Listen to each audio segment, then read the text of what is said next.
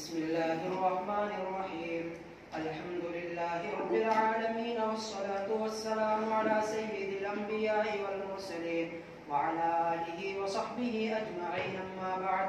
وبالسند المتصل منا إلى الشيخ الإمام الهمام الحافظ أبي عيسى محمد بن عيسى بن سورة الترمذي رحمه الله تعالى أنه قال: باب في المسح على الخفين أعلاه وأسفله. وبه قال حدثنا أبو الوليد الدمشقي قال حدثنا الوليد بن مسلم قال أخبرني ثور بن يزيد عن رجاء بن حيوة عن كاتب عن المغيرة بن شعبة رضي الله تعالى عنه وعنهم أن النبي صلى الله عليه وسلم مسح على الخف وأسفله. قال أبو عيسى: وهذا قول غير واحد من أصحاب النبي صلى الله عليه وسلم والتابعين. وبه يقول مالك والشافعي وإسحاق، وهذا حديث معلول لم يسنده عن ثور بن يزيد غير الوليد بن مسلم. وسألت أبا زرعة ومحمدا عن هذا الحديث فقال: ليس بصحيح، لأن ابن المبارك روى هذا عن ثور عن رجاء. قال: حدثت عن كاتب المغيرة مرسل عن النبي صلى الله عليه وسلم ولم يذكر فيه المغيرة. بسم الله الرحمن الرحيم. الحمد لله رب العالمين، والصلاة والسلام على أشرف الأنبياء وسيد المرسلين وعلى آله وصحبه أجمعين، أما بعد. باب ما جاء في المسح على الخفين أعلاه وأسفله. یہ باب اس بارے میں ہے کہ مسح علی الخفین اوپر اور نیچے دونوں طرف ہے، اعلاہ و اسفلہ. یہاں پر یہی لفظ تمام نسخوں میں استعمال کیا گیا ہے، یعنی اعلاہ اور اسفلہ واحد کے لفظ کے ساتھ. حالانکہ بظاہر تقاضا تو یہی تھا کہ اس کو تثنیہ لایا جاتا، اس لیے کہ ہو کی ضمیر خفین کی طرف لوٹ رہی ہے. خفین کے اعلیٰ و اسفل پر تو ضمیر خفین کی طرف، اور خفین تثنیہ ہے تو یہ بھی تثنیہ کی ضمیر ہونی چاہیے تھی، اور یوں ہوتا اعلیٰہما و اسفلہما، اعلیٰہما و اسفلہما، یوں ہونا چاہیے تھا.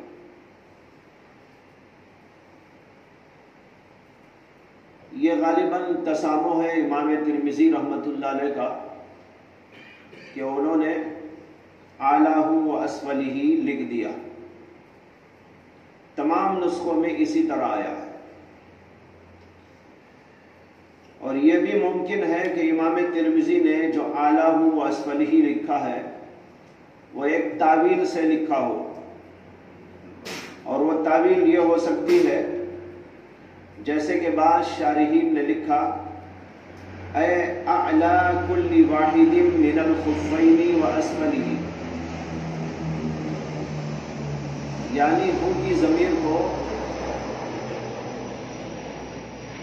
لوٹایا جائے واحد کی طرف، اور یہ سمجھا جائے اعلاہ یعنی اعلی کل واحد من الخفین و اسفل کل واحد من الخفین. یہ تعویل یہاں ممکن ہے. بہرحال اس باب میں یہ مسئلہ ہے کہ اوپر اور نیچے دونوں طرف مسح کرنا ہے. یہ مسئلہ اختلافی ہے کہ اوپر اور نیچے دونوں طرف مسح ہونا چاہیے یا صرف ایک طرف. امام مالک اور امام شافعی رحمہ اللہ کا نقطہ نظر یہ ہے کہ اوپر اور نیچے دونوں طرف مسح مشروع ہے. پھر ان دونوں حضرات میں یہ اختلاف ہے کہ امام مالک تو دونوں جانب پر مسح کرنے کو واجب و ضروری کہتے ہیں، اور امام شافعی رحمۃ اللہ علیہ یہ کہتے ہیں کہ اوپر کی جانب مسح واجب ہے اور نیچے کی طرف صرف مستحب ہے.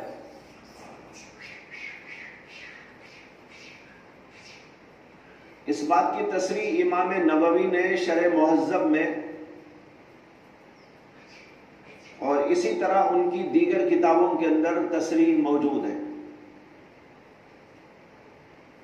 امام ترمذی کا بظاہر انداز یہ بتا رہا ہے کہ امام شافعی رحمۃ اللہ علیہ اور امام مالک اور امام اسحاق تینوں ایک ہی بات کہتے ہیں، اس لیے کہ انہوں نے یوں لکھا وَبِهِ يَقُولُ مَالِكٌ وَالشَّافَعِي وَإِسْحَاقُ، لیکن حقیقت یہ ہے کہ امام مالک تو اوپر اور نیچے دونوں طرف مسح کو واجب کہتے ہیں، اور امام شافعی رحمۃ اللہ علیہ صرف اوپر کی طرف کو واجب کہتے ہیں، نیچے کی طرف مستحب قرار دیتے ہیں۔ اس سلسلے میں دوسرا مسلک ہے امام ابو حنیفہ اور امام احمد بن حنبل کا۔ یہ دونوں حضرات کہتے ہیں کہ صرف اوپر کی طرف مسح مشروع ہے، نیچے کی طرف مسح مشروع ہی نہیں ہے۔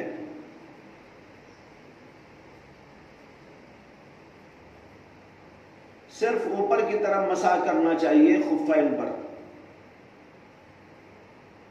امام مالک اور امام شافعی رحمۃ اللہ علیہ نے دلیل پکڑی ہے حدیث باب سے۔ اس باب کے اندر جو حدیث آئی ہے وہ یہ ہے کہ حضرت سیدنا مغیرہ بن شعبہ رضی اللہ تعالی عنہ کہتے ہیں ان النبی صلی اللہ علیہ وسلم مسح اعلی الخف واسفلہ، اللہ کے نبی علیہ السلام نے خف کے اوپر والے اور نیچے والے دونوں حصوں پر مسح فرمایا، اعلی الخف واسفلہ۔ اس حدیث کی بنیاد پر یہ دونوں حضرات یعنی امام مالک اور امام شافعی کہتے ہیں کہ اوپر اور نیچے دونوں طرف مسح کرنا چاہیے، لیکن یہ حدیث صحیح نہیں ہے، اور اس کے اوپر خود امام ترمذی نے کلام کیا ہے جو آگے آ رہا ہے۔ اور امام ابو حنیفہ رحمۃ اللہ علیہ اور امام احمد بن حنبل انہوں نے متعدد دلائل سے اپنے مسلک پر استدلال کیا ہے۔ ان حضرات کی ایک دلیل اگلے باب میں آنے والی حدیث ہے۔ اگلے باب میں جو ہے باب ما جاء فی المسح علی الخفین ظاہریہما، صرف اوپر والے حصے پر مسح کرنے کا باب۔ اس کے اندر حضرت مغیرہ بن شعبہ ہی کی روایت ہے، وہ کہتے ہیں رأیت النبی صلی اللہ علیہ وسلم یمسح علی الخفین علی ظاہرہما،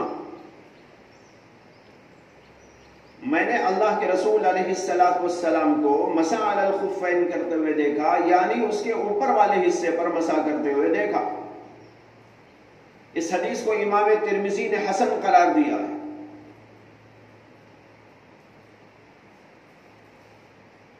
اس حدیث پر بعض لوگوں نے اشکال کیا ہے کہ اس کی سند کے اندر اضطراب ہے،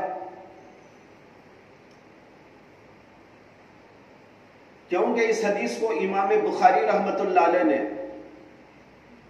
اپنی کتاب التاریخ الاوسط میں اور امام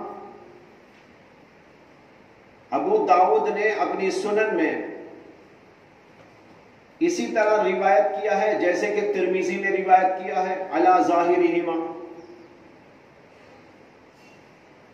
اور اس کی سند ہے عبد الرحمن ابن ابی الزناد روایت کرتے ہیں اپنے والد ابو الزناد سے، اور وہ روایت کرتے ہیں عروہ ابن الزبیر سے، اور وہ روایت کرتے ہیں مغیرہ بن شعبہ سے، جیسے کہ کتاب میں آپ دیکھ رہے ہیں، کتاب کو دیکھتے رہو۔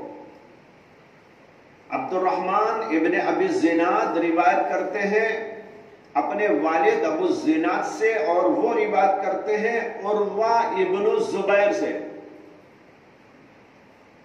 اس کے اندر تو یوں آیا، امام بخاری نے تاریخ اوسط میں اسی طرح، اور امام ابو داؤد میں اپنی سنن میں اسی طرح روایت کیا، مگر امام ابو داؤد الطیالسی نے اپنے مسند میں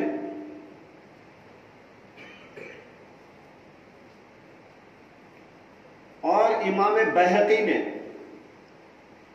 اس طرح روایت کیا ہے کہ عبد الرحمن ابن ابی الزناد روایت کرتے ہیں اپنے والد ابو الزناد سے، اور وہ روایت کرتے ہیں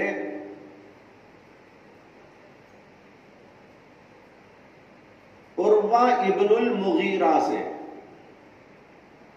عروہ ابن الزبیر نہیں، عروہ ابن المغیرہ سے، اور عروہ ابن المغیرہ اپنے والد مغیرہ بن شعبہ سے۔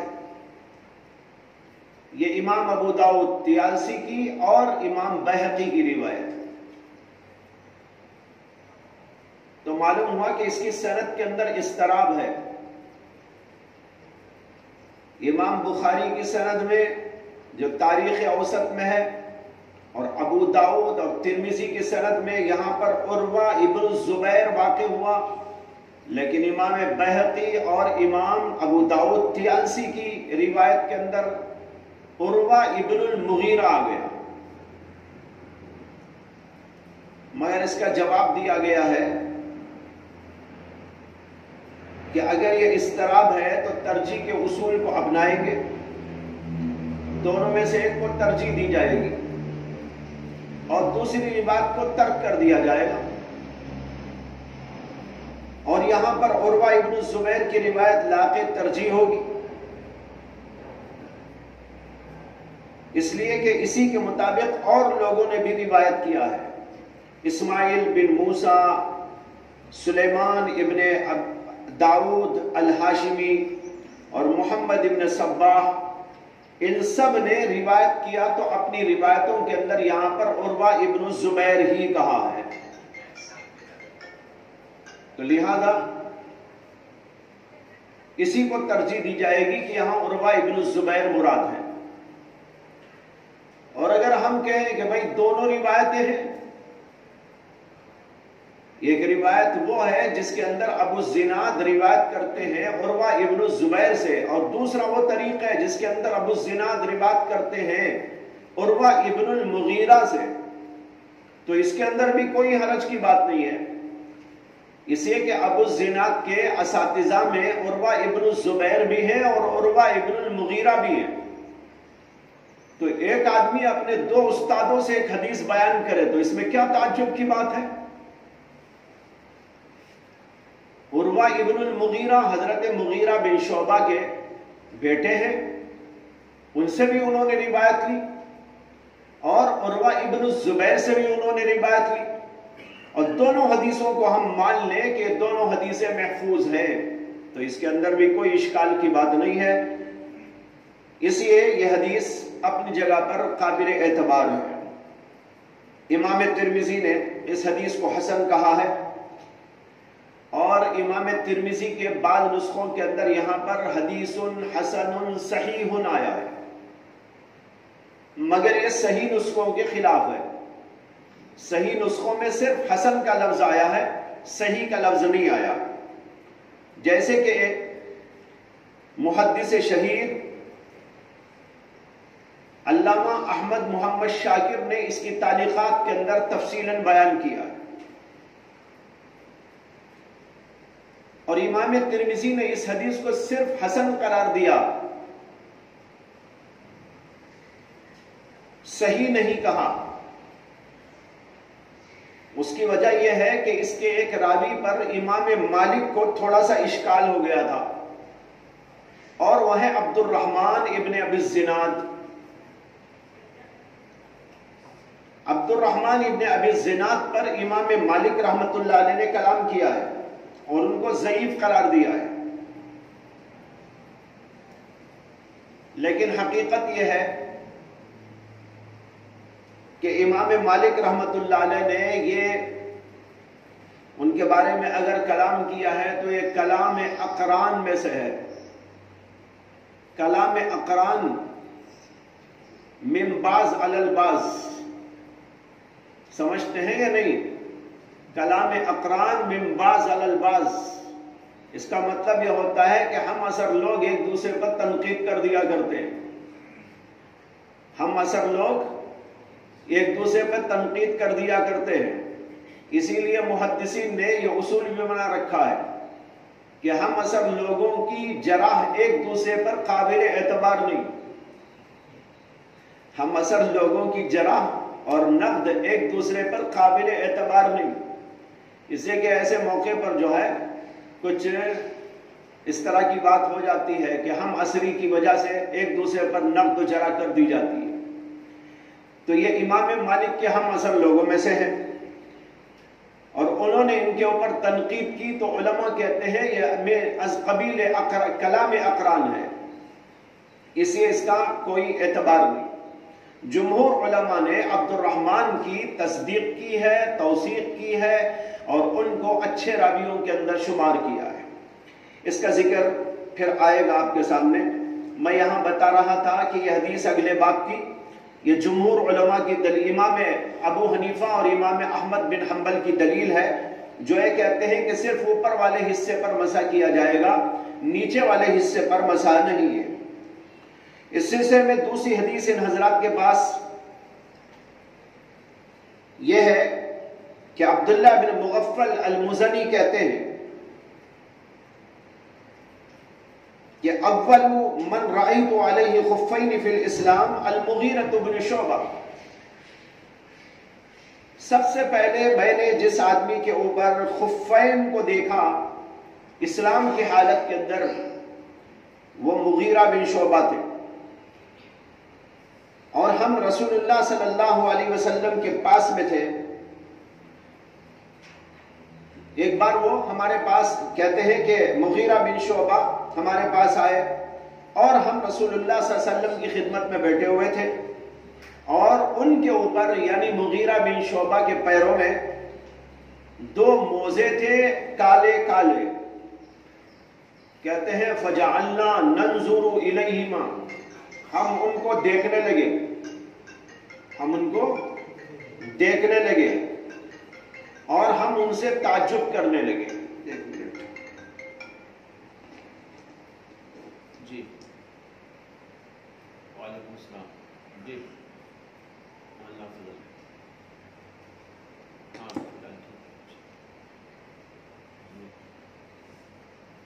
اچھا میں پڑھا رہا ہوں، بعد میں بات کرتا ہوں سے۔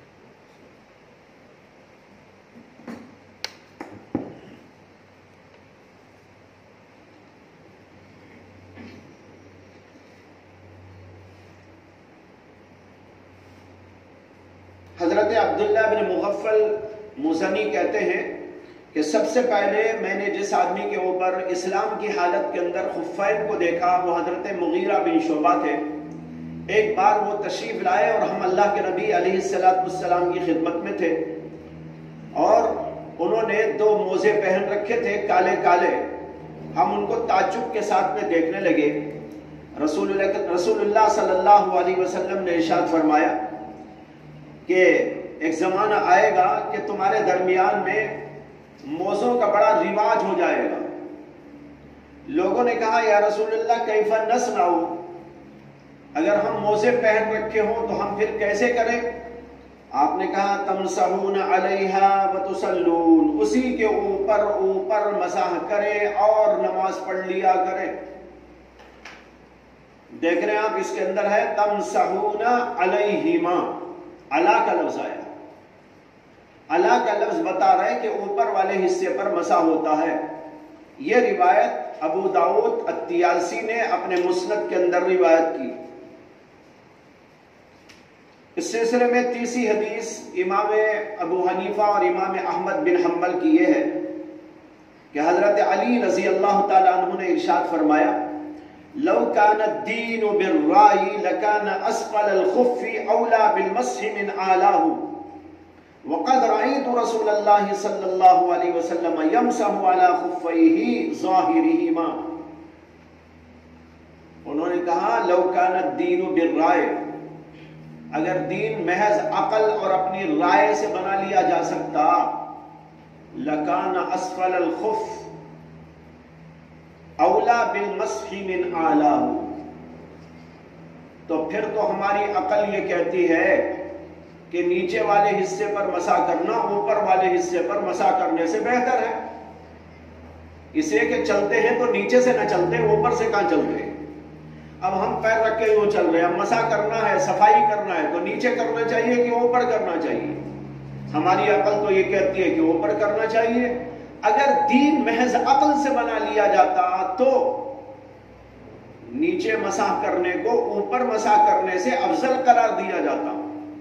وقد رأيت رسول اللہ صلی اللہ علیہ وسلم، حالانکہ میں نے اللہ کے رسول علیہ السلام کو دیکھا ہے، یمسح علی خفیہ، ظاہری، کہ آپ نے اپنے خفین کے ظاہری حصے کے اوپر مسح کیا ہے، نیچے والے حصے پر مسح نہیں فرمایا۔ اس کو امام ابو داؤد نے روایت کیا ہے۔ امام ابن حجر عسقلانی رحمۃ اللہ علیہ بلوغ المرام میں اس حدیث کی تخریج ابو داؤد کے حوالے سے کرنے کے بعد کہتے ہیں بِإِسْنَادٍ حسن، یہ سند حسن کے ساتھ میں آئی۔ اور اپنی دوسری کتاب التلخیص الحبیر میں ابن حجر عسقلانی کہتے ہیں اسنادہ صحیح، اس کی سند صحیح۔ اب دیکھو یہ ساری صحیح روایتیں آپ کے سامنے آ گئی، 3 حدیثیں میں نے آپ کے سامنے ذکر کی، اور ان تینوں حدیثوں سے یہ بات واضح طور پر معلوم ہوتی ہے، اور آخری حدیث سے تو بہت ہی وضاحت کے ساتھ میں یہ بات معلوم ہوتی ہے کہ صرف اوپر والے حصے پر مسح کرنا مشروع ہے، نیچے والے حصے پر مسح نہیں ہے۔ رہی ان حضرات کی دلیل جس سے امام شافعی نے اور امام مالک رحمۃ اللہ علیہ نے استدلال کیا ہے، جس کو ابھی آپ کے سامنے پیش کیا گیا، اس حدیث کو خود امام ترمذی کہتے ہیں کہ یہ معلول ہے۔ دیکھیے کہہ رہے وَهَذَا حَدِيثٌ مَعْلُولٌ، یہ حدیث معلول ہے، معلول کے معنی معلل ہے، یعنی اس کے اندر علت قادحہ خفیہ ہے۔ علت کہتے ہیں حدیث کی اصطلاح میں ایسی خرابی کو جو چھپی ہوئی ہو، ظاہر نہ ہو، اور جس حدیث کے اندر ایسی علت ہوتی ہے اس کا نام ہے حدیث معلول۔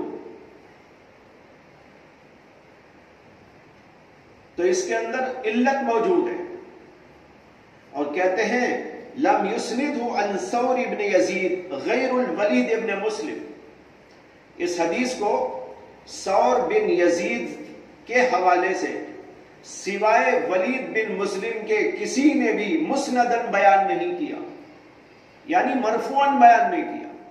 اللہ کے رسول صلی اللہ علیہ وسلم تک اس کو پہنچا کر اس کو کسی نے نہیں بیان کیا، صرف ایک راوی ہے جس نے اس کو اس طرح بیان کیا ہے، اور وہ ہے ولید بن مسلم۔ باقی جتنے راویوں نے اس کو روایت کیا ہے انہوں نے اس کو مرسلن روایت کیا ہے، موصولن اور مسندن روایت نہیں کیا ہے۔ اور اس کی دلیل آگے دیتے ہیں، قال ابو عیسیٰ وسألت ابا زرعة ومحمد بن اسماعیل عن هذا الحدیث، میں نے اس حدیث کے بارے میں امام ابو زرع رازی سے اور امام محمد ابن اسماعیل البخاری سے پوچھا، فقالا لیس بصحیح، ان دونوں نے کہا کہ حدیث صحیح نہیں ہے۔ کیوں؟ لأن ابن المبارک روا هذا عن ثور عن رجاء ابن حیوت قال حدثت عن کاتب المغیرہ مرسل عن النبی صلی اللہ علیہ وسلم ولم یذکر فیہ المغیرہ، کہتے ہیں اس لیے کہ ابن مبارک نے اس حدیث کو روایت کیا ہے ثور بن یزید سے، اور ثور بن یزید نے رجا بن حیوت سے۔ رجا بن حیوت کہتے ہیں حدثت، مجھ سے حدیث بیان کی گئی، کس نے بیان کی پتہ نہیں، کس نے بیان کی وہ نہیں بتایا انہوں نے۔ حدثت، مجھے خبر پہنچی ہے، مجھ سے حدیث بیان کی گئی ہے، ان کاتب المغیرہ، مغیرہ کے کاتب کے حوالے سے۔ یہاں پر دیکھو کاتب حضرت مغیرہ کے کاتب کے حوالے سے، ان کے سیکریٹری کے حوالے سے یہ بات آئی ہے۔ اب آگے کچھ نہیں ہے، مغیرہ انہوں نے نہیں کہا، مغیرہ بن شعبہ نے اس کو روایت کیا نہیں ہے، بلکہ اس کے بعد ہے عن النبی صلی اللہ علیہ وسلم۔ ایسی حدیث کا نام تو مرسل ہوتا ہے۔ جس کے اندر تابعی بیان کر رہا ہے رسول اللہ صلی اللہ علیہ وسلم سے. کاتب مغیرہ تو صحابی نہیں ہے، وہ حضرت مغیرہ بن شعبہ کے سیکریٹری تھے. کاتب کہتے ہیں سیکریٹری کو، جو کام کرتا رہتا ہے، ان کا لکھتا رہتا ہے، دیتا رہتا ہے، وہ کچھ احکام دیتے ہیں، لکھتا رہتا ہے. تو ان کے ایک کاتب تھے، اور وہ کاتب کون، ان کا نام بھی یہاں موجود نہیں ہے. ایک تو یہ بات ہے. دوسرے حدثت آیا، یہ کون بیان کرنے والے ہیں، وہ بھی یہاں پر نہیں ہے. اور تیسری بات اس کے اندر یہ ہے کہ اس کے اندر مغیرہ بن شعبہ کا حوالہ نہیں ہے. ولم یذکر فیہ مغیرہ، اس کے اندر مغیرہ کا ذکر ہی موجود نہیں. یعنی یہ روایت مرسل روایت ہے. اور دوسرے یہ کہ اس کے اندر مجہول راوی موجود ہیں. تو مجہول راویوں سے آئی اور ایک مرسل روایت آئی. ان سب باتوں کی وجہ سے امام بخاری نے اور امام ابو زرع رازی نے، ان دونوں حضرات نے کہا کہ یہ حدیث صحیح نہیں ہے. یہ ہے معلول ہونا. تو معلوم ہوا کہ حدیث صحیح نہیں ہے. جب یہ صحیح نہیں ہے تو اس سے استدلال بھی درست نہیں ہے. اور اس کے مقابلے میں صحیح احادیث موجود ہے، جو ابھی آپ کے سامنے میں نے ذکر کی. 3 حوالے اس کے آپ کے سامنے ذکر کیے گئے. ایک تو خود امام ترمذی کی حدیث جو اگلے باب میں آ رہی ہے، اور پھر دوسری حدیث ابو داؤد طیالسی کی بیان کی ہے، اور تیسری حدیث ابو داؤد کے حوالے سے بیان کی، جس کو امام ابن حجر اسقلانی نے کہا کہ اسناد حسن، اور دوسری جگہ انہوں نے کہا کہ اسنادہ صحیح. یہ سب حوالے بتا رہے ہیں کہ یہ روایت صحیح ہے. اور صحیح روایت سے اتنی ہی بات معلوم ہوتی ہے کہ صرف اوپر والے حصے پر مسح کرنا چاہیے. چلیے اگلا بات پڑھیے. باب في المسح على الخفين ظاهرهما. وبه قال حدثنا علي بن حجر قال حدثنا عبد الرحمن بن ابي الزناد عن ابيه عن عروة بن الزبير عن المغيرة بن شعبة رضي الله تعالى عنه وعنهم قال رأيت النبي صلى الله عليه وسلم يمسح على الخفين على ظاهرهما. قال أبو عيسى حديث المغيرة حديث حسن، وهو حديث عبد الرحمن بن أبي الزناد عن أبيه عن عروة عن المغيرة، ولا نعلم أحدا يذكر عن عروة عن المغيرة على ظاهرهما غيره، وهو قول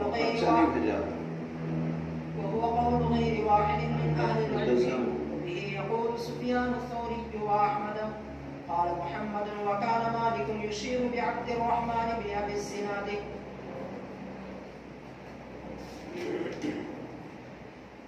باب ما جاء فی المسح علی الخفین ظاہرہما. اس میں وہی حدیث ہے جس کا بھی آپ کے سامنے ذکر کیا گیا. عن المغیرہ ابن شعبہ قال رأیت النبی صلی اللہ علیہ وسلم یمسح علی الخفین علی ظاہرہما. قال ابو عیسیٰ حدیث المغیرہ حدیث حسن، وهو حدیث عبد الرحمن ابن ابی الزناد عن ابیہ عن عروہ عن المغیرہ،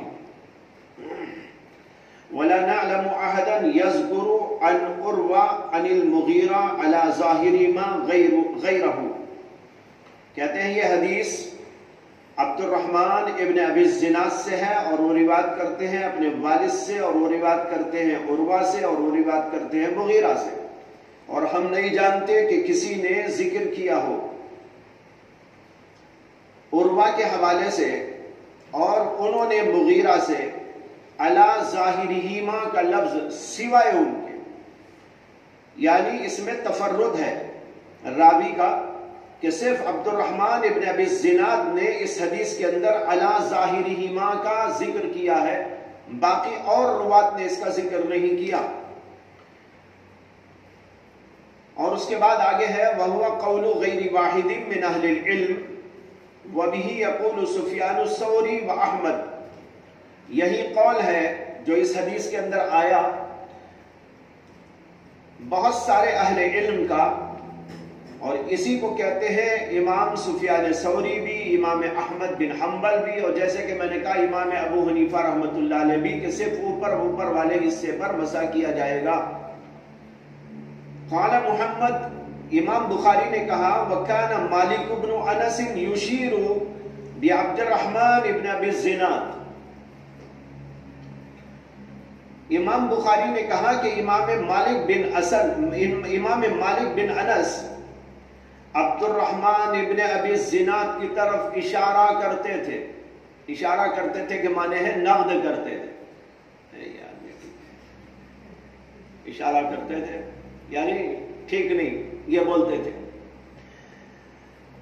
میں نے ابھی تھوڑی دیر پہلے اس حدیث کا ذکر کرتے ہوئے آپ کو بتایا تھا کہ اس حدیث کے اوپر امام مالک رحمت اللہ علیہ جو ہے اعتراض کرتے تھے، اس لیے کہ اس کے اندر عبد الرحمن ابن ابی الزناد راوی ہے اور یہ راوی امام مالک کے نزدیک ضعیف ہے۔ لیکن میں نے بتایا آپ کو کہ یہ از قبیل کلام اقران من بعض علی البعض ہے۔ ویسے بعض روایات ایسی بھی ہے کہ خود امام مالک رحمت اللہ علیہ نے ان کی جلالت اور بزرگی کا احترام بھی کیا ہے، یعنی عبد الرحمن ابن ابی الزناد کی جلالت اور بزرگی کا احترام بھی کیا ہے، کیونکہ ایک روایت میں آتا ہے کہ موسیٰ بن سلمہ نے کہا کہ میں مدینہ آیا امام مالک کے ہاں اور میں نے ان سے کہا انی قدمت الیک لاسمع العلم واسمع ممن تأمرنی بہ، کہتے ہیں کہ میں آپ کی خدمت میں علم حاصل کرنے کے لیے اور آپ سے حدیث حاصل کرنے کے لیے آیا ہوں، آپ سے بھی اور ان لوگوں سے بھی جن کی طرف آپ مجھے امر کریں گے، اشارہ دیں گے۔ وَأَسْمَعُ مِمَّن تَأْمُرُونِي بِهِ، آپ سے بھی علم حاصل کروں گا، آپ جہاں بولیں گے وہاں بھی جا کر علم حاصل کروں گا۔ یہ امام مالک سے انہوں نے کہا۔ فقال، امام مالک نے کہا علیک بعبد الرحمن ابن ابی الزناد، لو بھائی، انہوں نے کہا علیک بعبد الرحمن ابن ابی الزناد، پھر تو آپ کے اوپر لازم ہے عبد الرحمن ابن ابی الزناد کے پاس میں جاؤ، ان سے علم حاصل۔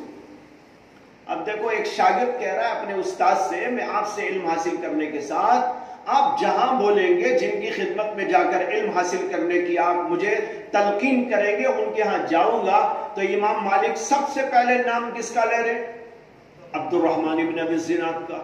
اس سے معلوم ہوتا ہے کہ امام مالک بھی ان کو جو ہے اہم شخصیت جانتے تھے، ان کے علم اور ان کے تفقہ اور ان کی حدیث دانی پر ان کو اطمینان تھا، ورنہ اپنے شاگرد کو کیوں رائے دیتے ہو، منع کر دیتے۔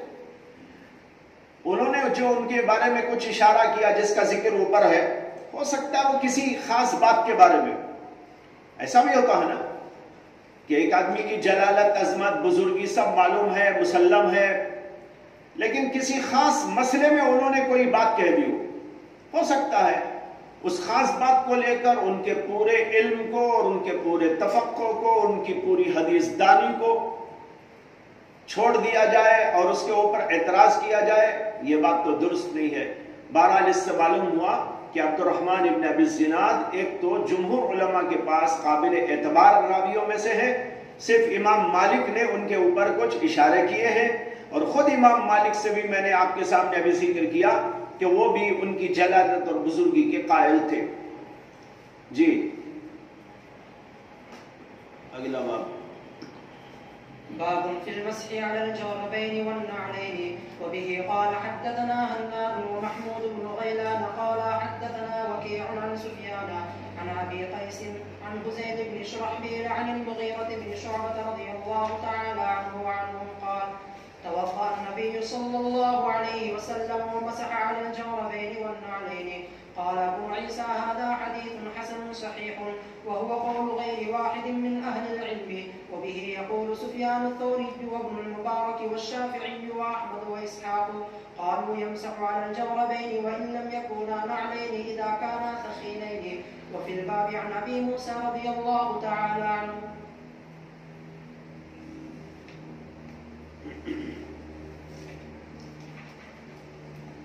باب ما جاء فی المسح علی الجوربین والنعلین،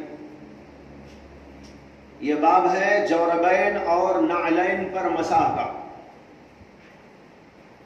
نعلین تو آپ کو معلوم ہے جوتے یا جوتیاں، جوربین یہ لفظ جورب اصل میں فارسی سے معرب بنا ہے، اصل میں لفظ فارسی تھا اور یہ لفظ تھا گورے پا، گورے پا، گاف جا کر جیم بن گیا، جیسے بنگلور بولتے ہیں تو عربی میں بولتے ہیں بنجلور، ہے نا.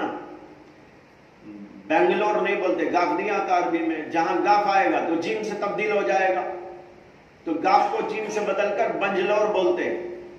اسی طرح یہاں پر گورے پا کو جا کر ہے جورے پا تھا, وہ پا بھی عربی میں نہیں آتا, پا کو جا کر با کر دیا, اور آخر کا جو الف تھا وہ بطور تخفیف حذف کر دیا, ہو گیا جورب. جورے با جا کے پہلے تو تھا گورے با, پھر ہوا جورے با, پھر الف نکل کر جورب ہو گیا. یہ بات تفصیلاً بیان کی ہے علامہ مرتضی زبیدی نے اپنی عظیم الشان کتاب لغت کی تاج العروس میں. گورے پا کا معنی کیا؟ پیر کی قبر, پیر کی قبر, یہ بھی اسی میں لکھا ہے. وَمَعْنَاهُ قَبْرُ الرِّجْلِ, اس لیے کہ پیر اس میں داخل کر دیا جاتا ہے. پیر اس میں داخل کیا تو گویا کہ پیر کی قبر ہو گئی. چنانچہ لکھا ہے متعدد حضرات اہل لغت نے, جیسے مجد الدین فیروز آبادی لکھتے ہیں اپنی کتاب القاموس کے اندر, الجورب لفافۃ الرجل, پیر کا لفافہ یعنی پیر جس میں لپٹا جاتا ہے. علامہ طیبی کہتے ہیں الجورب لفافۃ الجلد, یہاں جلد سے مراد وہی پیر کی جلد ہے, پیر کے اوپر لپیٹ لینے کا کپڑا. کہتے ہیں وہوا خف معروف من نحو الساق, ایک خف ہوتا ہے جو معروف ہے, ساق تک پہنچا ہوا ہوتا ہے. اور یہی بات لکھی ہے مجموع البحار میں. اور علامہ شوکانی رحمت اللہ علیہ اپنی کتاب نیل الاوطار کے اندر لکھتے ہیں الخف نعل من ادم یغطی القدمین والجرموق اکبر منہ والجورب اکبر من الجرموق.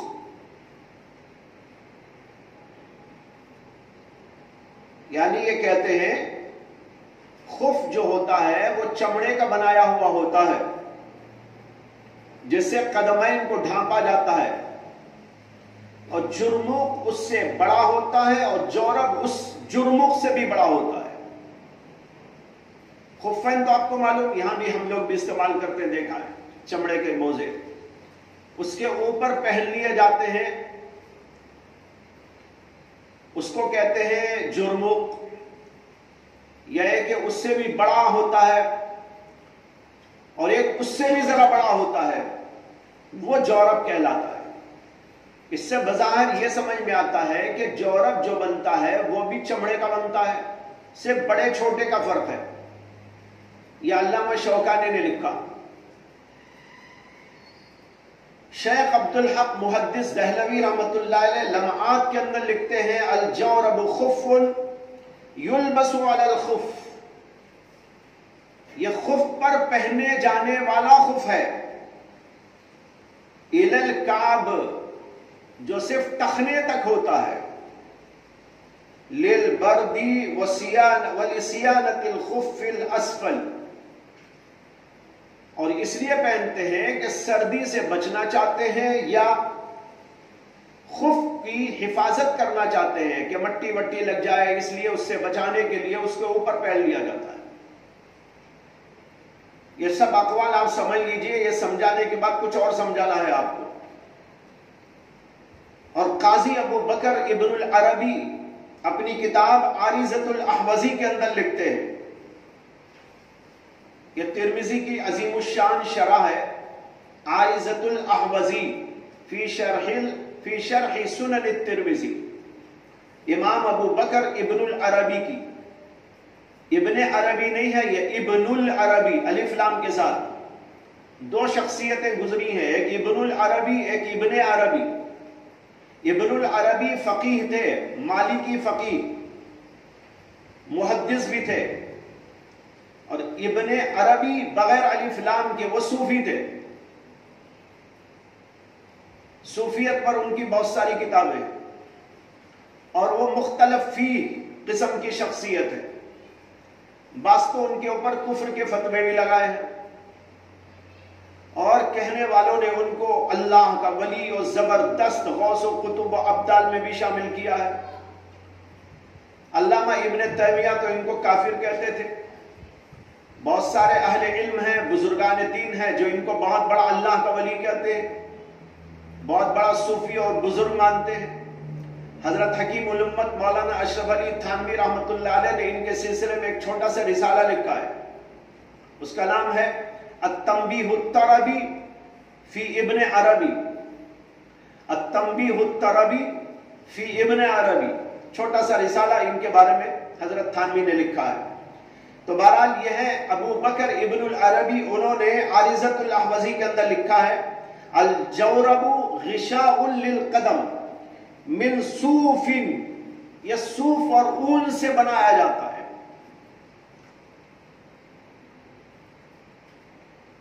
یہ جو مختلف اقوال ہمارے سامنے آئے، اس سے معلوم یہ ہوا کہ دو جگہ اختلاف ہے علماء کا جورب کی تفسیر میں۔ یہ ایک اختلاف یہ ہے کہ یہ کس چیز سے بنایا جاتا ہے۔ ابن العربی کی عبارت سے معلوم ہوا کہ یہ صوف اون سے بنتا ہے، اور بعض اقوال اوپر آپ نے پڑھے جس میں علامہ شوکانی کی عبارت بھی گزری، اس کے اندر انہوں نے جو لکھا اس سے یہ معلوم ہوا کہ وہ چمڑے کا بنتا ہے۔ یہ ایک اختلاف تو یہ آیا سامنے۔ دوسرے اختلاف یہ سمجھ میں آیا کہ اس کی مقدار میں بھی اختلاف ہے۔ بعض کہہ رہے ہیں کہ وہ تو عام موزوں سے بڑا ہوتا ہے، جیسے کہ شوکانی نے کہا خف، اس کے بعد انہوں نے کہا والجرموق اکبر منہ والجورب اکبر من الجرموق، اس سے معلوم ہوا بہت بڑا ہوتا ہے، عام موزوں سے بھی بڑا۔ اور ایک عبارت وہ بھی گزری جس سے یہ معلوم ہوا کہ وہ کعب تک ہوتا ہے، جیسے کہ شیخ عبدالحق محدث دہلوی کی عبارت آپ کے سامنے ذکر کی گئی، انہوں نے کہا خف یلبس علی الخف الی الکعب، صرف ٹخنے تک ہوتا ہے۔ یہ دو اختلافات، ان باتوں کا ذکر کرتے ہوئے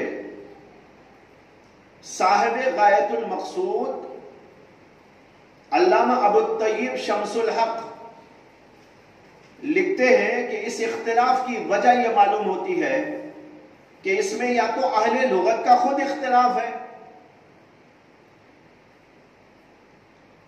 یا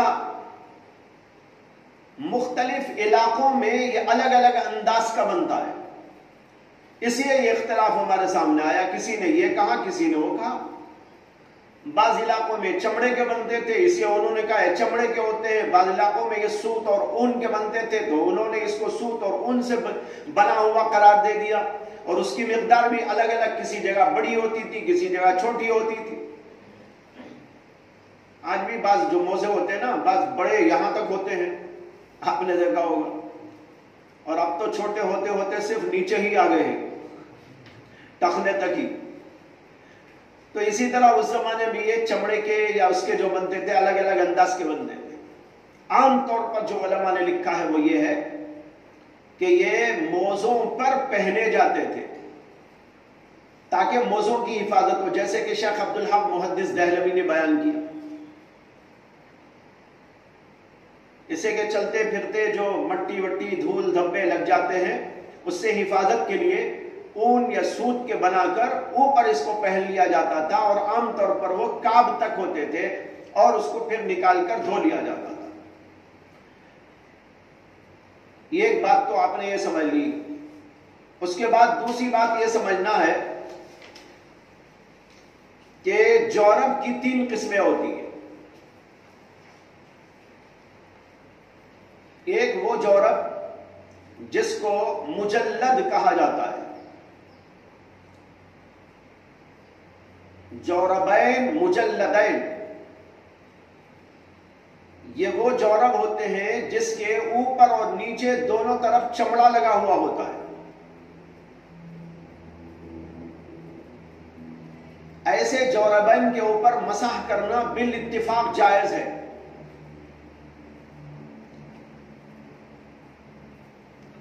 دوسرے وہ جورب جن کو منعل کہا جاتا ہے، جوربین منعلین،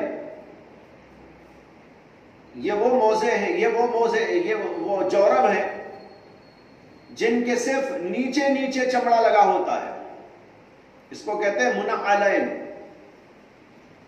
ان کے اوپر بھی مسح کرنا بالاتفاق جائز ہے.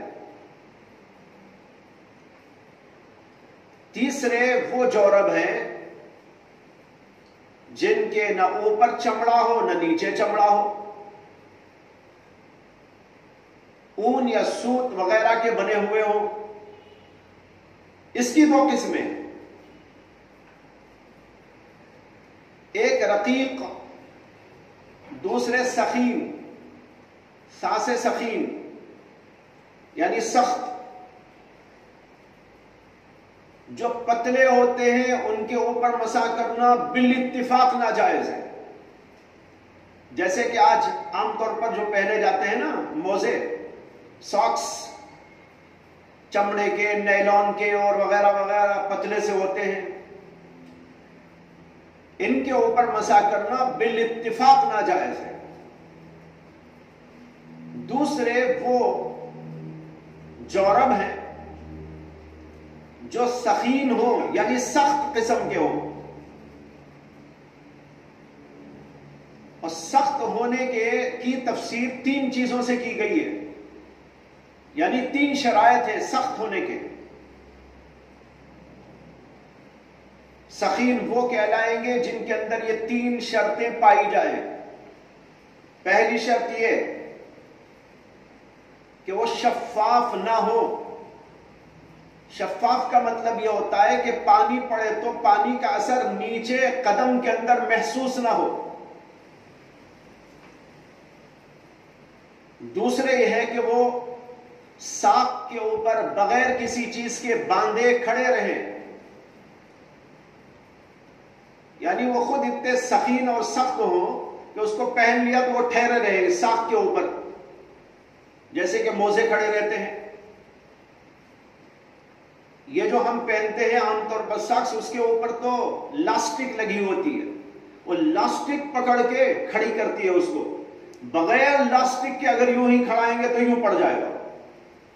ایسے نہ ہونا چاہیے. سخت کا مطلب یہ ہے کہ بغیر کسی چیز کے باندھے وہ پیروں میں کھڑے رہے. اور تیسری شرط یہ ہے کہ اس کو پہن کر چند میلوں تک چلنا آنا جانا ممکن ہو، یعنی بغیر جوتے پہنے صرف اسی کو پہن کے چل کے جائیں آپ. ایسے سخت ہونا چاہیے. تو یہ ہے 3 باتیں سخت ہونے کی، سخین ہونے کی. ایک یہ ہے کہ پانی کا اثر نیچے محسوس نہ ہو، شفاف نہ ہو. دوسرے ہے کہ بغیر کسی چیز کے باندھے وہ ساق کے اوپر کھڑے رہے. اور تیسری بات یہ ہے کہ ان کو پہن کر کافی مقدار چلا جا سکتا ہو. اگر یہ 3 شرطیں کسی کے اندر پائی جائیں تو ان کو سخین کہتے ہیں. ایسے موزے پر، ایسے جورب پر مسح کرنا جائز ہے یا ناجائز ہے، اس کے بارے میں اختلاف ہے. بات سمجھ میں آئی؟ میں نے کہا یہ جورب وہ ہیں جو مجلد ہوں یا منعل، ان کے اوپر تو بالاتفاق مسح کرنا جائز ہے.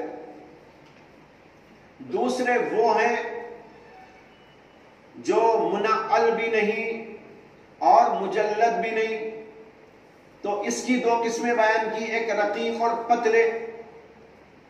رقیق اور پتلے وہی جس میں وہ 3 شرطیں نہ پائی جائیں جو ابھی بیان کی گئی. ایسے موضوع پر بالاتفاق مسح کرنا ناجائز ہے. اور دوسری جو قسم ہے سخین، جس میں وہ 3 شرطیں پائی جائیں، اس کے اوپر مسح کرنے کے بارے، اس کے اوپر مسح کے بارے میں اختلاف ہے. اختلاف کیا ہے؟ جمہور علماء اور فقہا جن میں ائمہ ثلاثہ امام مالک، امام احمد اور امام شافعی، اور حنفیہ میں سے امام ابو یوسف رحمۃ اللہ علیہ بھی ہیں، یہ سب حضرات کہتے ہیں کہ سخین ہو تو ان کے اوپر مسح کرنا جائز ہے۔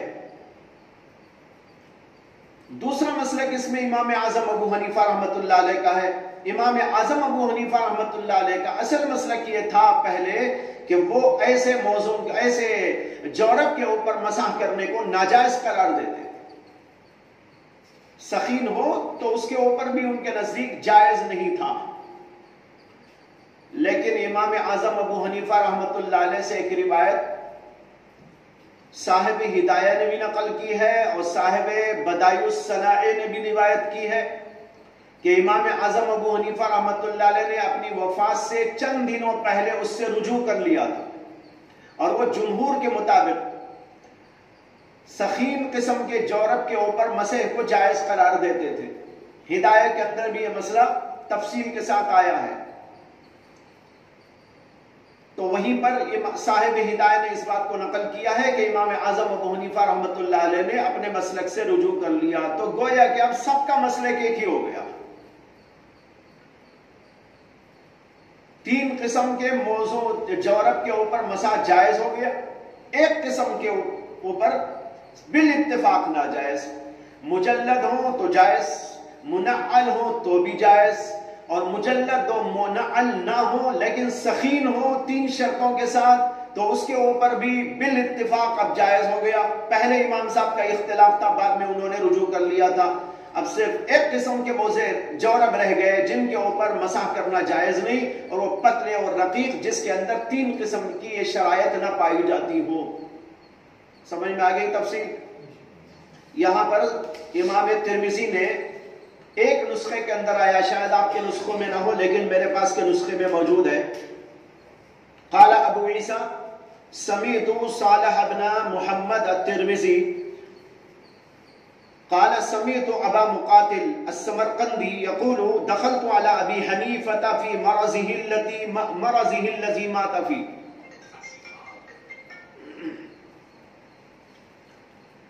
ابو مقاتل سمرقندی کہتے ہیں کہ میں ابو حنیفہ رحمۃ اللہ علیہ کی خدمت میں ان کے مرض الوفات میں داخل ہوا، ان کا آخری وقت تھا، اس وقت ان کی خدمت میں گیا۔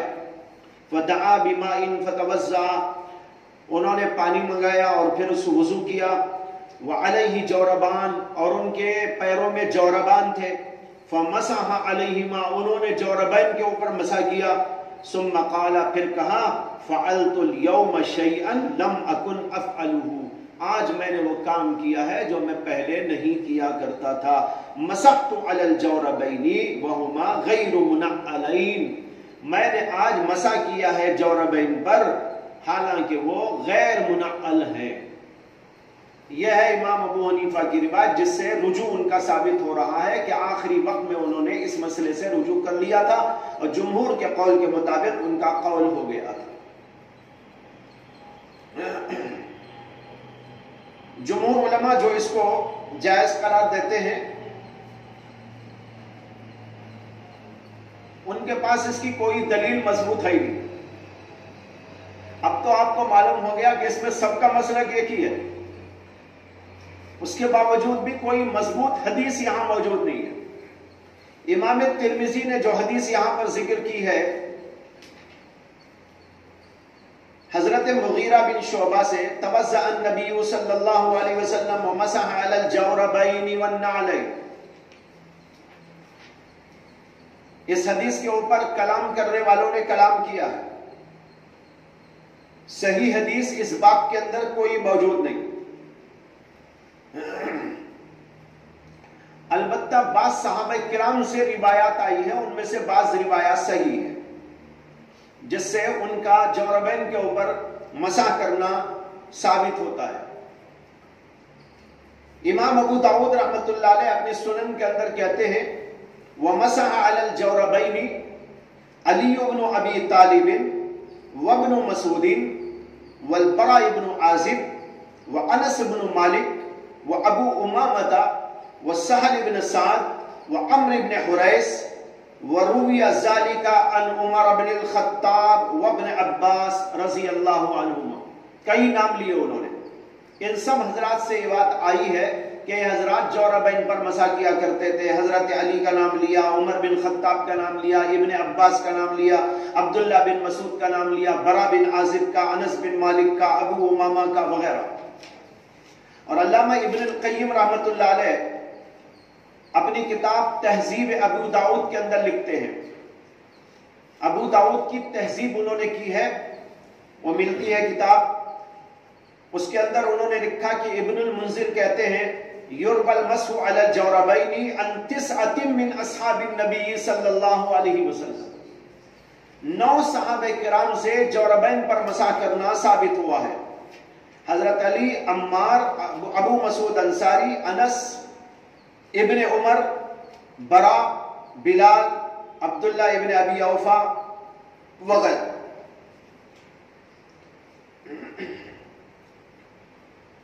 تیرہ صحابہ کا نام یہاں پر گنایا گیا ہے. تو اس سے معلوم ہوا بعض صحابہ سے اس سلسلے میں روایات ہے کہ وہ جوربین پر مسح کرتے تھے, لیکن رسول اللہ صلی اللہ علیہ وسلم سے کوئی حدیث صحیح طور پر ثابت نہیں. اس باب میں جو امام ترمذی نے حدیث ذکر کی ہے اس کو تو امام ترمذی نے کہا, دیکھو کتاب کے اندر ھذا حدیث حسن صحیح, کیا کہا ہے؟ حدیث حسن صحیح, حسن صحیح قرار دیا ہے. لیکن جمہور محدثین اس حدیث کو ضعیف قرار دیتے ہیں. اسی لیے مشہور ہے امام ترمذی کے بارے میں کہ وہ احادیث کی تصحیح و تضعیف کے اندر متساہل تھے. محدثین کی 3 قسمیں ہیں, ایک متشددین, ایک متوسطین, ایک متساہلین. ایک تو متشددین ہے, جیسے امام بخاری بڑے متشدد تھے, اسی طرح امام نسائی بھی بڑے متشدد تھے, ابن الجوزی تو ماشاءاللہ ان سے بھی آگے تھے. انہوں نے تو بخاری کی بھی ایک روایت کو موضوع قرار دے دیا ہے. تو سیاہ سکہ کی تو بہت ساری احادیث کو انہوں نے موضوعات کے اندر داخل کیا ہے. بڑے متشدد تھے. دوسرے وہ لوگ ہیں جو متوسط قسم کے, معتدل. ایسی ایک بہت بڑی جماعت ہے علماء کرام کی. اور کچھ لوگ متساہل تھے, یعنی ذرا درگزر سے کام لیتے تھے. ارے بھائی چلو, چلے گا چلے گا چلے گا. ایسے لوگوں میں امام ترمذی کا نام بھی آتا ہے, اور ان سے آگے امام حاکم کا نام آتا ہے. امام حاکم نے تو بعض موضوع حدیثوں کو, من گھڑت حدیثوں کو اسی تساہل کی وجہ سے صحیح قرار دے دیا ہے. ان کی کتاب ہے مستدرک. مستدرک کہتے ہیں اس کتاب کو جس کتاب کے اندر کسی اور کتاب کی چھوٹی ہوئی حدیثوں کو جمع کیا جائے. مستدرک کا معنی یہی ہوتا ہے. مستدرک وہ حدیث ہے, وہ کتاب ہے جس میں کسی اور کتاب کی چھوٹی ہوئی حدیثوں کو اسی کی شرط کے مطابق لایا جائے. امام حاکم نے جب دیکھا کہ امام بخاری اور امام مسلم نے بہت ساری ایسی احادیث کو چھوڑ دیا ہے جو ان کی شرط کے مطابق ہیں, انہوں نے اختصار کے پیش نظر اس کو نہیں لیا. جتنا لینا تھا لے لیا, بعض اور بھی بہت سی حدیثیں تھیں. امام حاکم نے جب دیکھا کہ امام بخاری اور امام مسلم نے ان کی شرط کے مطابق بھی بہت ساری حدیثوں کو چھوڑ دیا ہے, تو انہوں نے ارادہ کیا کہ ان کی چھوٹی ہوئی حدیثوں کو میں کتاب میں جوڑ دوں گا. اس لیے انہوں نے کتاب لکھی المستدرک علی الصحیحین.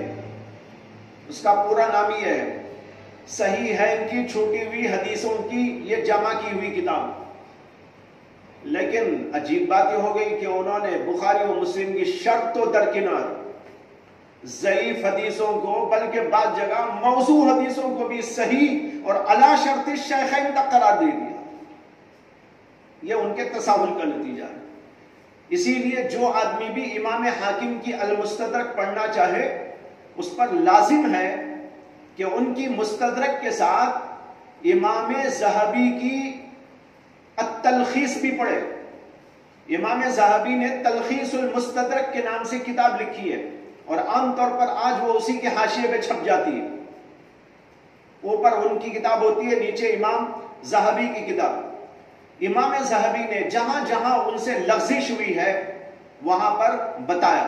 بعض جگہ ان کی بات کو صحیح قرار دیا، انہوں نے کہا ہاں صحیح ہے، ایسے ہی ہے جیسے کہ انہوں نے کہا، لیکن بعض جگہ پر انہوں نے کہا کہ اس کے اندر یہ راوی ایسا ہے، اس کے اندر یہ راوی ایسا ہے، اور امام حاکم کی بات صحیح نہیں ہے. تو جو آدمی مستدرک کو پڑھنا چاہے اس کو چاہیے کہ وہ اس کتاب کو بھی سامنے رکھ کر پڑھے، تاکہ کسی غلط فہمی کا نتیجہ نہ ہو جائے، شکار نہ ہو جائے. تو بہرحال میں کہہ رہا تھا کہ اس حدیث کو تو امام ترمذی نے کہا کہ یہ حدیث حسن صحیح ہے، لیکن اکثر علماء نے، بڑے بڑے محدثین کرام نے اس حدیث کو ضعیف قرار دیا. امام نسائی وہ اپنی کتاب سنن کبریٰ میں لکھتے ہیں لا نعلم احدا تابع ابا قیس على هذه الروايه والصحيح عن المغيرة انه عليه السلام مسح على الخفين. یہ کہہ رہے ہیں کہ اس کو روایت کرنے میں ابو قیس تنہا ہے، اور ابو قیس کی کسی نے متابعت نہیں کی. یہ بیان کرنے میں مسح علی الجوربین، یہ روایت بیان کرنے میں ابو قیس کی کسی نے متابعت نہیں کی. اور صحیح ہے کہ حضرت مغیرہ کی روایت یوں ہے مسح علی الخفین، خفین کو جا کر جوربین کر دیا انہوں نے. جوربین نہیں ہے، جوربین والی روایت صحیح نہیں ہے، صرف ابو قیس اس کو روایت کرتے ہیں. اور ابو قیس کے بارے میں بعض لوگوں نے تو کہا ثقہ، لیکن اکثر علماء نے ان کو ضعیف قرار دیا. یہ امام نسائی کا تبصرہ ہوا. امام ابو داؤد کا تبصرہ انہی کی سنن کے اندر موجود ہے. وہ لکھتے ہیں کان عبد الرحمن ابن مہدی لا يحدث بهذا الحديث. عبد الرحمن بن مہدی رحمت اللہ علیہ اس حدیث کو بیان نہیں کرتے تھے.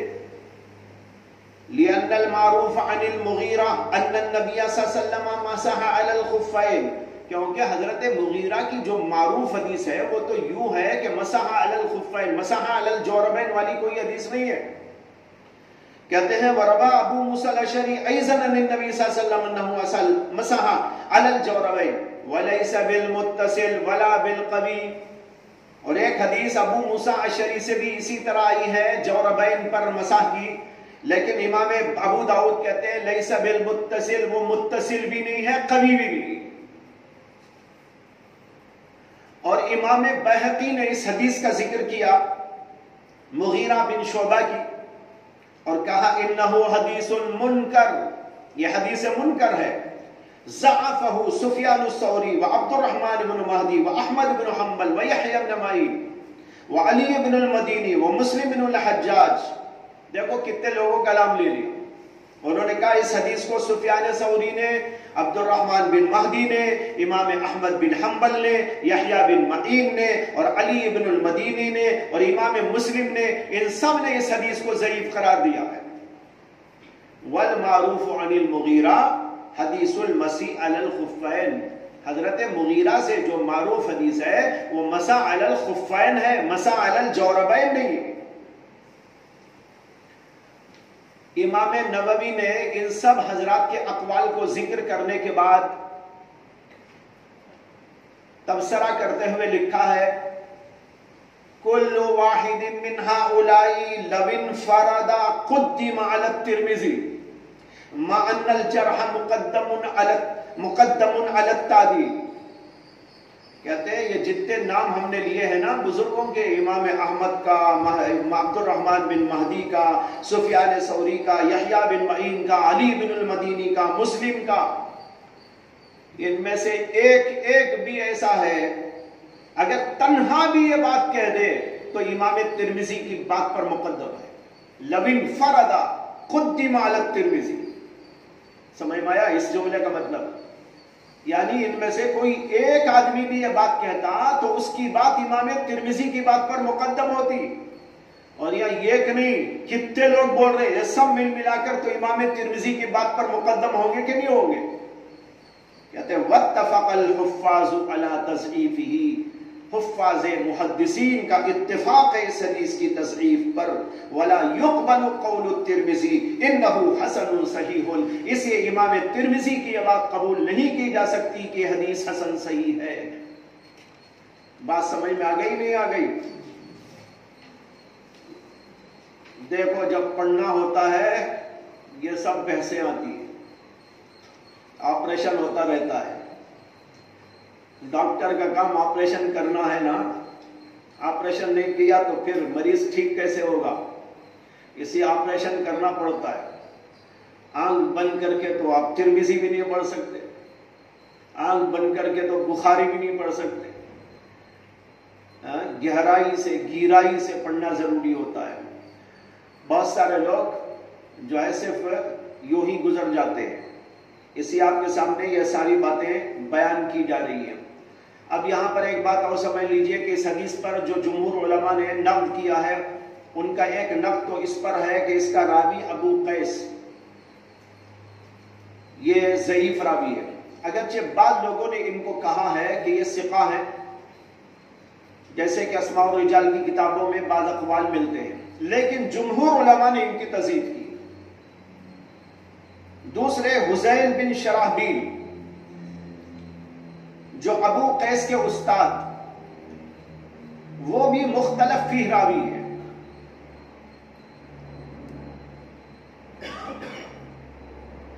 اگر ہم ابو قیس کو ضعیف لوگوں میں شمار کرتے ہیں تو یہ حدیث منکر ہے. کیا ہے؟ منکر. اس لیے کہ پہلے آپ کو بتایا میں نے ضعیف راوی ثقہ لوگوں کے خلاف روایت کرتا ہے تو اس کا نام ہوتا ہے منکر، اور سچا پکا راوی جمہور کے خلاف روایت کرتا ہے، ثقات کے خلاف روایت کرتا ہے تو اس کا نام ہوتا ہے شاذ. اب یہ تو یا تو منکر ہے یا شاذ ہے، دو حال سے خالی نہیں. اگر آپ ابو قیس کو مانتے ہیں ضعیف تو یہ حدیث منکر ہے. اگر اس کو ہم جو لوگ اس کو ثقہ مانتے ہیں ان کی ثقاہت کی بات کو لے لے تو اس صورت کے اندر تو یہ شاذ ہو جائے گی.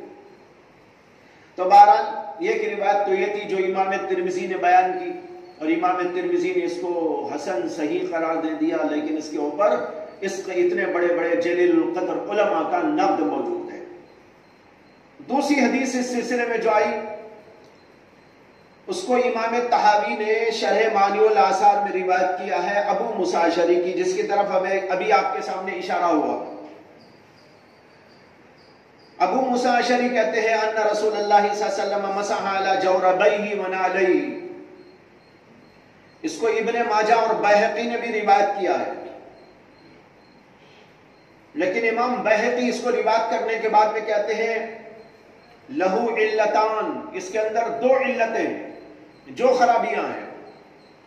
ایک خرابی یہ ہے کہ ضحاک بن عبد الرحمن کا سماع ابو موسیٰ سے ثابت نہیں، روایت منقطع ہے.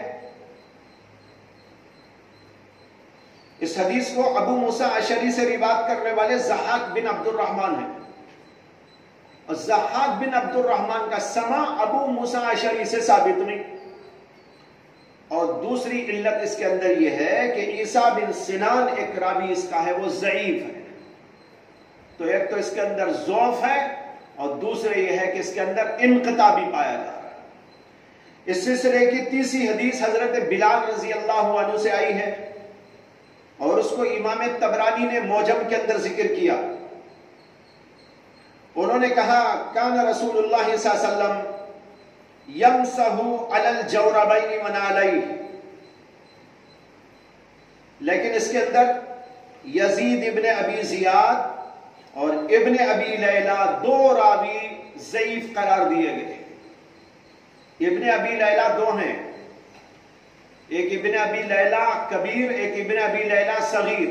ابن ابی لیلہ صغیر ہیں، یہ ان کو محدثین نے ضعیف قرار دیا ہے. تو دو راوی اس کے اندر ضعیف. یہ ہے کل جو اس سلسلے میں روایتیں آئی، اور تمام کی تمام روایتیں آپ کے سامنے آئی اور معلوم ہوا کہ یہ ضعیف روایتیں ہیں، ان سے استدلال درست نہیں ہے. لیکن اس کے باوجود جمہور علماء اس کے قائل ہوئے. اب آپ کو سوال پیدا ہوگا کہ بھئی یہ کیا بات ہے کہ حدیث تو ہے نہیں، پھر کیوں قائل ہوئے؟ حتیٰ کہ امام ابو حنیفہ پہلے تو قائل نہیں تھے، بعد میں وہ بھی قائل ہو گئے، قائل ہی نہیں فاعل بھی ہو گئے، کر کے بھی دکھا دیا انہوں نے آخری زندگی کے اندر۔ تو اب سوال یہ پیدا ہوگا کہ جب حدیث موجود ہی نہیں اس سلسلے میں صحیح، تو پھر جمہور علماء کی دلیل کیا ہے اور بے دلیل یہ لوگ قائل کیوں ہو گئے؟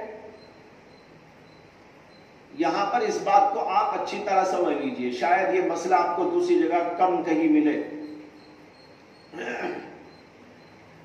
بات دراصل یہ ہے کہ قرآن کریم کے اندر تو پیروں کو دھونے کا حکم ہے، جیسے کہ آپ کو بار بار بتایا گیا۔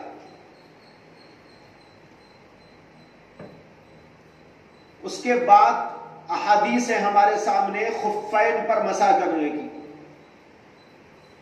خفین پر مسح کرنے کی احادیث متواتر ہیں، جیسے کہ اس سے پہلے درس کے اندر تفصیلی گفتگو ہو گئی۔ 80 صحابہ، کسی نے کہا 40 صحابہ، کسی نے کہا 70 صحابہ، ان سے روایت آئی ہے۔ حسن بصری نے کہا کہ مجھ سے 70 صحابہ نے بیان کیا۔ تو بہرحال یہ روایات متواتر ہے۔ متواتر روایت جو ہوتی ہے اس کے ذریعے سے قرآن پر زیادتی جائز ہے، اس کے ذریعے سے قرآن پر زیادتی جائز ہے۔ لہذا علماء اہل سنت نے جب دیکھا کہ اتنی ساری روایات ہیں اور قرآن ایک طرف یہ کہتا ہے کہ پیر کو دھونا، اور دوسری طرف احادیث کثرت کے ساتھ یہ بتا رہی ہے کہ اللہ کے رسول علیہ السلام نے موضوع پر مسح کیا یا موضوع پر مسح کرنے کی تعلیم دی، تو پھر دونوں کو جوڑا انہوں نے کہا قرآن پر اس کے ذریعے زیادتی کی جا سکتی ہے، اسے کہ روایات متواتر ہیں۔ حتیٰ کہ امام اعظم ابو حنیفہ رحمۃ اللہ علیہ نے فرمایا ما قلت بالمسح حتى جاءني مثل ضوء النهار، میں تو مسح علی الخفین کا قائل اس وقت تک نہ ہوا جب تک کہ میرے سامنے روایات روزے روشن کی طرح واضح ہو کر نہیں آ گئی۔ تو علماء اہل سنت نے اس کو مانا، لیکن انہوں نے ایک بات کا لحاظ کیا، مسح علی الخفین حدیث کے اندر آیا ہے، خفین کیا ہوتے ہیں بس اس کے اوپر ہے۔ خفین کیا ہوتے ہیں؟ خفین چمڑے کے ہوتے ہیں، اوپر تکائے ہوئے ہوتے ہیں، اور وہ جو ہے کھڑے ہوئے ہوتے ہیں، اور اس کے اندر پانی کا اثر کچھ محسوس نہیں ہوتا۔ اوپر آپ مسح کریں یا پانی بھی ڈال دیں تو اندر پانی نہیں جائے گا۔ سخینین کی جو شرطیں ابھی میں نے عرض کی نا، وہ تینوں شرطیں یہاں پائی جاتی ہیں کہ خود کھڑے رہتے ہیں بغیر کسی چیز کے باندھے، دوسرے یہ ہے کہ اس کے ساتھ چلنا بھی ممکن ہوتا ہے، اور تیسرے یہ ہے کہ وہ شفاف نہیں ہوتے بلکہ سخین اور موٹے ہوتے ہیں جس سے پانی کا اثر اندر نہیں جاتا۔ ایسے ہی موضوع کے بارے میں اللہ کے رسول علیہ السلام نے یہ ارشاد فرمایا تھا۔ سمجھ میں آئی نا بات؟ لہذا علماء نے اس کو رکھا سامنے کہ ایسے موضوع کے اوپر مسح جائز ہے، جتنا ثابت ہوا حدیث سے اتنی ہی بات انہوں نے لی، تاکہ ایسا نہ ہو کہ قرآن کو چھوڑنا یا قرآن پر زیادتی کرنا لازم آئے بغیر کسی وجہ کے، بغیر کسی دلیل کے۔ اس لیے جتنی بات حدیث میں تھی اس کو انہوں نے لیا اور کہا کہ بھائی قرآن میں جو آیا وہ پیر کے دھونے کا حکم ہے، اور احادیث میں کثرت کے ساتھ جو آیا وہ مسح علی الخفین کا ذکر ہے، اس لیے ہم اس کو لیتے ہیں۔ لیکن خفین وہی ہونا چاہیے جو حضور کے زمانے میں تھے اور جس کو پہنا جاتا تھا، جس کے اوپر مسح کیا جاتا تھا۔ اس کے علاوہ کسی اور قسم کے موضع پر کسی اور قسم کی چیز کے اوپر مسح جائز نہیں۔ جب یہ بات آپ کی سمجھ میں آ گئی تو اب مسئلہ آیا جورب کا۔ علماء نے کہا کہ بھائی جورب یہ ایک الگ چیز ہے، سوت کے، اون کے، کسی اور چیز کے بنائے جاتے ہیں، چاہے پلاسٹک کے بنائیں کسی اور چیز کے بنائیں، تو یہ اور چیز کے ہوتے ہیں، وہ چیز نہیں ہے، یہ الگ چیز ہے، وہ الگ چیز ہے۔ جب یہ چیز الگ ہو گئی تو اگر ہم اس کو لیں گے تو قرآن پر زیادتی لازم آئے گی، اور قرآن پر زیادتی بغیر دلیل، اور دلیل بھی ایسی جو متواتر ہو، اس کے بغیر جائز نہیں، اور ہمارے پاس ایسی کوئی دلیل ہے نہیں۔ اسی لیے امام صاحب نے اس کو نہیں مانا تھا۔ یہاں سے وہ نقطہ سمجھ لو، امام صاحب اس کے قائل کیوں نہیں ہوئے تھے؟ اس لیے نہیں ہوئے تھے، انہوں نے کہا خفین کا ذکر تو حدیثوں میں ہے، متواتر ہے، لیکن جورب کا اگر آیا بھی ہے اکا دکا، یہ تو حدیثیں اس کے اندر صحیح نہیں ہیں، اگر ہیں بھی تو اکی دکی روایتیں ہیں، آحاد ہیں، اور آحاد کے ذریعے قرآن کے اوپر زیادتی جائز نہیں، اسے امام صاحب نے اس کو نہیں مانا تھا۔ لیکن علماء جمہور نے کہا کہ بھائی بے شک روایتیں تو نہیں ہیں اس میں، لیکن مسح علی الخفین کی جو حدیثیں آئی اس کے اندر خفین کا ذکر ہے، خفین ہی کی طرح کی کوئی چیز ہو تو جائز ہونا چاہیے۔ یہاں انہوں نے اس بات کو سامنے رکھا کہ وہ موزے کیسے ہیں، اسی طرح کے اگر کوئی چیز ہے تب تو اس کے اوپر جائز ہو سکتا ہے، اگر ایسی چیز نہیں ہے تو جائز نہیں۔ اس لیے انہوں نے کہا کہ بھائی جورب تین قسم کے ہوتے ہیں، مجلد ہیں یا منعل ہیں، تب تو وہ حکم میں ہو جائیں گے موزے کے خفین، اور اگر پتلے و رقیق ہیں تو اس پر بالاتفاق مسح جائز نہیں، اس لیے کہ وہ آتے نہیں خفین کے حکم میں۔ اب ایک قسم رہ گئی جو مجلد بھی نہیں منعل بھی نہیں لیکن ہے سخت، اس کے اندر وہ شرطیں ہیں جو شرطیں خفین میں پائی جا رہی ہیں، یعنی یہ ہے کہ اس کے اندر پانی کا اثر نہیں جاتا، شفاف نہیں ہے، چلنا اس کے ساتھ ممکن ہے، اور یہ کہ بغیر کسی چیز کے باندھے وہ کھڑے رہتے ہیں۔ ایسے اگر کوئی اور جورب وغیرہ ہیں تو وہ بھی اسی کے حکم میں داخل ہیں، یہ جمہور نے کہا۔ امام صاحب نے پہلے اس کو قبول نہیں کیا تھا، لیکن آخری دور میں ان کو بھی اطمینان ہو گیا کہ ہاں یہ بھی اسی کے اندر داخل ہے، اس لیے امام صاحب نے اس کی طرف رجوع کر لیا۔ اب کسی اور دلیل کی ضرورت نہیں، جو مسح علی الخفین کی دلیل ہے وہی دلیل اس کی بھی ہے، اس سے کہ اسی کے حکم میں یہ بھی آ گئے، مجلد ہیں تو بھی، منعل ہیں تو بھی، اور سخین ہیں تو بھی، جب وہ تین شرطیں اس کے اندر پائی جائیں گی تو وہ مسح علی الخفین، وہ خفین کی طرح ہو جائیں گے، خفین کے حکم میں ہو جائیں گے، اور خفین پر جب مسح جائز ہوا تو اسی کے ساتھ اس کا بھی جائز ہو گیا۔ یہ دلیل ہے ان حضرات کی، سمجھ میں آئی نا بات؟ اب یہیں سے یہ بھی سمجھ لیجئے کہ آج عام طور پر جو ساکس وغیرہ استعمال ہوتے ہیں، بعض علماء عرب نے ان باتوں کا خیال کیے بغیر صرف اس قسم کی کچھ حدیثوں کو دیکھ کر، یہ صحابہ کرام کی حدیثیں جو جس کی طرف میں نے اشارہ دیا کہ جو ہے 9 صحابہ، کسی نے کہا 13 صحابہ سے اس سلسلے میں روایات ہیں، ان کو دیکھ کر انہوں نے کہا جوربین پر مسح جائز ہے، اور جوربین میں انہوں نے ان سوتی موزوں وغیرہ کو لے لیا، لیکن یہ بڑی سخت غلطی ہے ان لوگوں کی۔ البانی صاحب نے بھی جو ہے اپنی تحقیق یہ بیان کی ہے کہ اس کے اوپر جائز ہے۔ اسی طرح آج عام طور پر علماء عرب اس کو جائز قرار دیتے ہیں، اور ان کی دیکھا دیکھی یا اس کو سنا کر یہاں بھی بعض لوگوں کو دیکھا جاتا ہے، آپ نے بھی دیکھا ہوگا کہ عام سوتی موزے کے اوپر مسح کرتے ہیں اور نماز پڑھ کے چلے جاتے ہیں۔ یہ سخت ترین غلطی ہے۔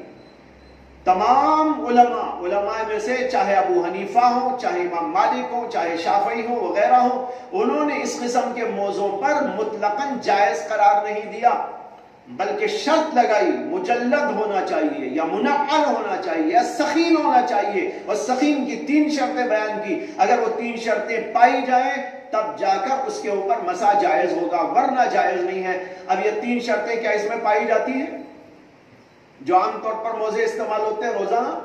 ظاہر بات ہے کوئی شرط اس کے اندر نہیں پائی جاتی۔ اوپر آپ پانی ڈالیں یا پانی کا اثر جو ہے اندر ضرور پہنچ جاتا ہے، اور اسی طریقے پر اس کو پہن کر آپ یہاں سے کئی 1-2 کلومیٹر بھی نہیں چل سکتے، وہ تو پھٹ پھٹا کے جو ہے آپ کے پیروں کو بھی زخمی کر ڈالیں گے۔ اسی طریقے پر وہ تو خود ہی کھڑے نہیں ہوتے، وہ لاسٹک وغیرہ کی وجہ سے اوپر کھڑے رہتے ہیں، وہ لاسٹک ختم کر دو تو کیا کھڑے ہونے کی ان کے اندر صلاحیت موجود ہے؟ جب نہیں تو ایسے موضوع کے اوپر قطعی طور پر مسح کرنا جائز نہیں ہوگا، ورنہ قرآن کریم پر بغیر دلیل کے اضافہ لازم آئے گا، اور قرآن کریم کے اوپر اضافہ بغیر دلیل کے جائز نہیں، اور مرفوع تو کوئی حدیث اس میں ہے ہی نہیں، جیسے کہ ابھی آپ کے سامنے پوری تحقیق بیان کر دی گئی ہے۔ اس سے معلوم ہوا کہ ان علماء عرب کی کتنی بڑی فاش غلطی اس سلسلے میں ہو رہی ہے، جو عام موضوع کے اوپر مسح کو جائز قرار دیتے ہیں۔ اس کے بعد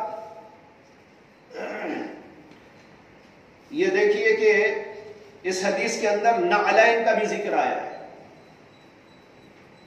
پہلے تو یہی بتا دیا کہ یہ حدیث ثابت نہیں، نعلین کی بھی کوئی حدیث ثابت نہیں. اور اگر یہ ثابت ہو تو بھی اس کا معنی یہ ہے، اسے کہ تمام علماء کا اتفاق ہے کہ چپلوں پر، جوتیوں پر مسح نہیں کر سکتے. یہ کوئی اختلافی مسئلہ نہیں بلکہ اتفاقی مسئلہ ہے. اسے تمام علماء یہاں پر تعویل کرتے ہیں. تعویل کیا کرتے ہیں؟ اکثر علماء کہتے ہیں کہ تعویل یہ ہے کہ حضور اقدس صلی اللہ علیہ وسلم جوتوں یا چپلوں کو پہنے ہوئے تھے، اسی کے ساتھ ساتھ آپ نے اس کے اوپر مسح کیا.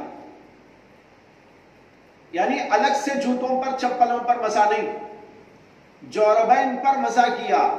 اور وہ جوربین پر مسح جوتیاں پہن کر کیا، نکال کر نہیں کیا. یہ تو ویسے ہی مسئلہ ہے جیسے امامے کا مسئلہ ہے. بعض روایتوں میں آتا ہے مسح علی امامتہ، وہ مسئلہ آگے آ رہا ہے اگلے باب میں. مسح علی امامتہ، امامے پر مسح کیا. امامے پر مسح کا مطلب یہ ہے کہ امامہ سر پہ رکھ کے مسح کیا. ایسا یہ تو ہو گیا نا. اب دیکھو ٹوپی پر مسح کیا، ٹوپی پر نہیں، ٹوپی پر مسح کیا، یہ ہے ٹوپی پر مسح، یعنی ٹوپی کو سر پہ رکھ کے مسح کیا. ایسے ہی جوتیاں پہن کر مسح کیا موزوں پر. چپل موزے میں نکالنے کی ضرورت بھی نہیں پڑتی نا، چپل پہنے ہوئے ہیں، موزوں پر مسح کرنا، اوپر مسح کرنا ہے تو چپل نکالنے کی ضرورت کیا. راوی نے اس کو یوں تعبیر کر دیا مسح علی الخفین والنعلین. بات سمجھ میں آئی؟ تو موزوں پر مسح کے ساتھ جوتوں پر الگ مسح نہیں تھا وہ، بلکہ جوتوں کو پہن کر، چپلوں کو پہن کر اوپر سے جو مسح کیا وہ مسح کر لیا گیا تھا. اس کی یہ تعبیر اس طرح راویوں نے کر دی ہے. یہ بھی ہو سکتا ہے کہ حضور نے موزوں پر مسح کیا اور جوتوں پر بھی ہاتھ پھیر لیا ہو یوں ہی. وہ کوئی اس کا مستقل مسئلہ نہیں ہے، یوں ہی پھیر لیا. پانی وانی تھا اس کو ہٹانے کے لیے پھیر لیا، کچھ اس طرح ہو سکتا ہے. بہرحال یہ بات متفق علیہ ہے کہ جوتوں پر مسح نہیں ہوا کرتا. آگے کہتے ہیں وَهُوَ قَوْلُ غَيْرِ وَاحِدٍ مِّنْ أَهْلِ الْعِلْمِ وَبِهِ يَقُولُ سُفْيَانُ الثَّوْرِي وَابْنُ الْمُبَارَكِ وَالشَّافِعِيُّ وَأَحْمَدُ وَإِسْحَاقُ قالوا يمسح على الجوربين وان لم تكن نعلين اذا كانا سخينين. دیکھو یہاں بھی جمہور کا مسلک بتا رہے اذا كانا سخينين، جب وہ سخین ہو، سخت ہو، تب اس کے اوپر مسح کر سکتے ہیں. یہ سب کہتے ہیں یمسح على الجوربين، جوربین پر مسح کرے گا اگرچہ کہ وہ منعل نہ ہو. نعلین نہ ہو کے معنی منعل نہ ہو، یعنی نیچے تلا ولا نہ لگا ہو، تب بھی کر سکتے ہیں. اذا کانا سخینین، جبکہ وہ سخت ہوں. اور سخت ہونے کی 3 شرطیں آپ کے سامنے ذکر کر دی گئی. امام ابو حنیفہ کا پہلے اس میں اختلاف تھا، بعد میں امام صاحب نے بھی اسی مسلک کو اختیار کر لیا تھا. اور فی الباب یا نبی موسیٰ، اس کے بعد کی جو عبارت ہے وہ سنا چکا ہوں اور آپ کی کتاب کے اندر وہ عبارت موجود نہیں ہے. وآخر دعوانا الحمدللہ رب العالمین.